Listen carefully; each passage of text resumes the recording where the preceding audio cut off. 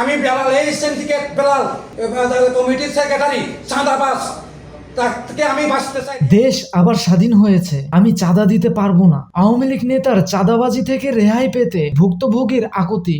আওয়ামী লীগ নেতা ও সীতাকুণ্ড পৌর সদর ব্যবসায়ী দোকান মালিক সমিতির সাধারণ সম্পাদক বেল্লাল হোসেনের আগ্রাসন, ভাঙচুর ও চাঁদাবাজির হাত থেকে রেহাই পেতে সংবাদ সম্মেলন করেছে শপিং মল মালিক মোহাম্মদ ইসমাইল হোসেন সেলিম। বিভিন্ন ভয় বৃদ্ধি দেখাচ্ছে, বিভিন্ন রাজনৈতিক বিভিন্ন মহলকে আমার পিছনে লাগাই দিছে। এবং কি গত পরশুদিন থানাতে একটা বৈঠক আসছিল, তাদের সাথে বৈঠকে যাওয়ার সময় আমাকে আক্রমণ মাথার সামনে আক্রমণ করাতে চাচ্ছিল, ধুমকি বলতেছে। আমি মানসিক অবস্থাতে আছি, এমন অবস্থা আছি আমার এখন আর বাঁচার মতোটা উপায় না পাই আমি আপনাদের কাছে আসছি। আমি এখন কি করব আমি নিজেও জানি না। আমার মানসিক, শারীরিক, আর্থিক সব দিক দিয়ে আমাকে ধ্বংস করে ফেলতেছে এই বাজার কমিটির সভাপতি, সেক্রেটারি, সম্পাদক এরা সবাই মিলে। কি চান এখন? এটার প্রতিবাদ চাই, এটার থেকে আমি। আজ 16 সেপ্টেম্বর 2024 সোমবার সীতাকুণ্ড প্রেস ক্লাব কার্যালয়ে সংবাদ সম্মেলন অনুষ্ঠিত হয়। সংবাদ সম্মেলনে ভুক্তভোগী মালিক ও তার পুত্র বলেন, এবং বেলাল হোসেনকে তার গৃহীত 1,50,000 টাকা চাঁদা ফেরত প্রদানের জন্য বলি। বিগত 3 মাস 3 তারিখ আমাদের তো তরুণ রহমানকার তারেক রহমানের ভার্চুয়াল প্রতিনিধি সম্মেলনে যোগ দিতে আমি চট্টগ্রাম শহরে অবস্থান করি।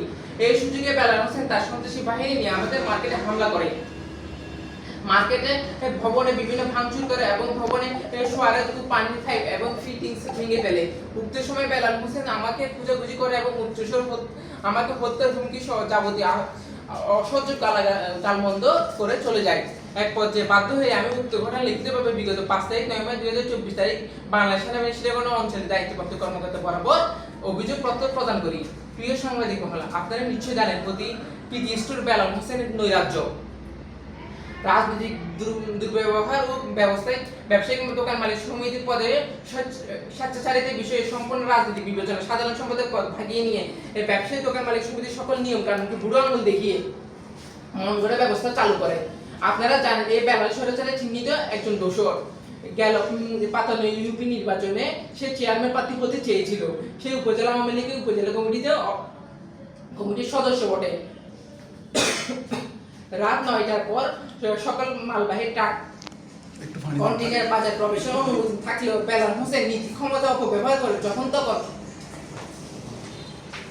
যত্রতত্র গাড়ি পার্কিং সহ মালামাল ওঠানামা করে।